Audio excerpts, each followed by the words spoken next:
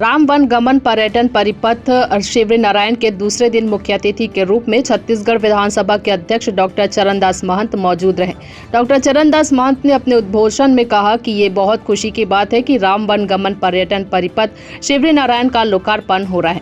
Doctor महंत ने कहा, भगवान राम के आशीर्वाद से ही यहाँ मानस का पाठ हो रहा है। यह श्री राम की खुद की इच्छा है, तभी इस तरह का आयोजन हो पा रहा है। इस दौरान मंच पर देश की विख्यात पार्श्व गायिका अनुराधा पौडवाल भी उपस्थित थी। छत्तीसगढ़ संस्कृति एवं पर्यटन विभाग ने श्रीमती अनुराधा पौडवाल को एक विशेष साड़ी से सम्मानित किया। इस साड़ी में विशेष तौर पर राम दरबार का अंकन किया गया। ये साड़ी कोशा से निर्मित है। साथ ही कार्यक्रम के दौरान राष्ट्रीय महंत डॉक्टर राम सुंदर दास, जांजगीर कलेक्टर, एसपी समेत पर्यटन एवं संस्कृति विभाग के अधिकारी भी उपस्थित थे। भगवान राम है, कण कण में विराजमान है, हम सबके आत्मा में विराजमान है, हम सबके दिल में विराजमान है।